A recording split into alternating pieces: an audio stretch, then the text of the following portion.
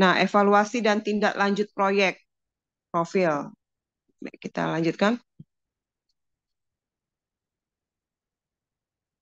Prinsip evaluasi implementasi proyek adalah bersifat menyeluruh, fokus kepada proses, ya kita memang proses, kita tidak menilai berupa angka, tapi penguatan subelemen atau dimensi di karakter, penguatan karakternya itu ya yang kita nilai, sehingga memang tidak berupa angka laporan hasil belajarnya itu. Yang ketiga, tidak ada bentuk evaluasi yang mutlak dan seragam.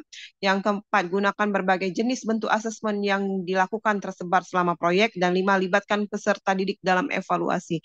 Jadi kita benar-benar menghadirkan pembelajaran yang berpusat pada murid Bapak Ibu ya dalam proses penguatan profil pelajar Pancasila. Ini adalah prinsipnya. Next, alat dan metode evaluasi proyek, refleksi awal, tengah, dan akhir, refleksi dan diskusi dua arah, refleksi melalui observasi dan pengalaman, jurnal dan portofolio, refleksi melalui rubrik dan laporan perkembangan peserta didik. Kita lanjutkan. Contohnya ini seperti ini, Bapak Ibu bisa menyesuaikan, tidak harus sama persis ya Bapak Ibu ya.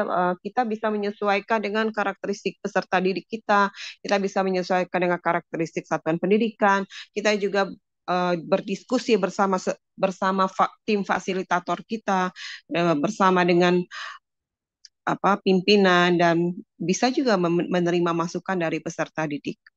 Kemudian lanjutkan, ini adalah contoh dari refleksi tengah. Next, refleksi tengah, kemudian ini kita lanjutkan lagi, ada refleksi akhir.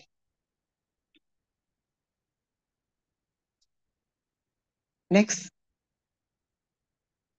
Nah, ini tidak mutlak harus sama persis seperti ini. Bapak Ibu bisa mengembangkan sendiri pertanyaannya, menyesuaikan apa yang diharapkan dalam proses pembelajaran tersebut ya. Baik, kita lanjutkan. Next. Tindak lanjut dan keberlanjutan proyek. Jadi karena kita ini Bapak Ibu mengukur dan mengharapkan penguatan karakter, yang namanya karakter itu bukan seperti mata pelajaran kan Bapak Ibu ya.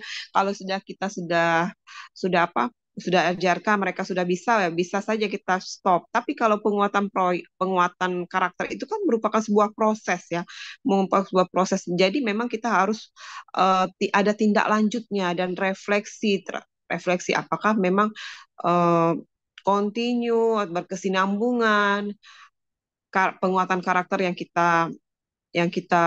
kita kuatkan dalam P5 ini. Nah, jadi bisa saja nomor satu dengan menjalin kerjasama dengan pihak mitra di luar satuan pendidikan.